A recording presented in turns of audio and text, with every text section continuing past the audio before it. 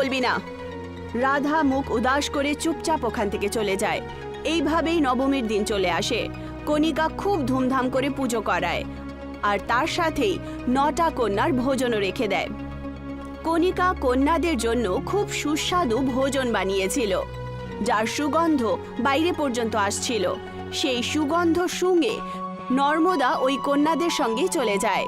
কিন্তু সব সময়ের মতো কণিকা নর্মদাকে নিজের বাড়িতে দেখে খুব বাজে মুখ বানিয়ে বলে ওঠে, 9টা মেয়ে পুরো হয়ে গেছে নর্মদা, এখন তুই যা এখান থেকে।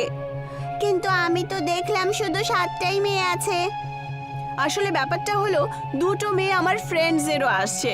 এখন যদি তুই এই ভোজনে চলে আসিস তাহলে ওদেরকে আমি কোথায় বসাবো? আর এমনিতেও গত বছর আমি তোকে বলেছিলাম না যে তোর কাপড় খুব নোংরা? তোর বাবা যতদিন পর্যন্ত তোর জন্য ভালো কাপড় চোপড় না আনে ততদিন পর্যন্ত এখানে আসবি না। যা এখন এখান থেকে।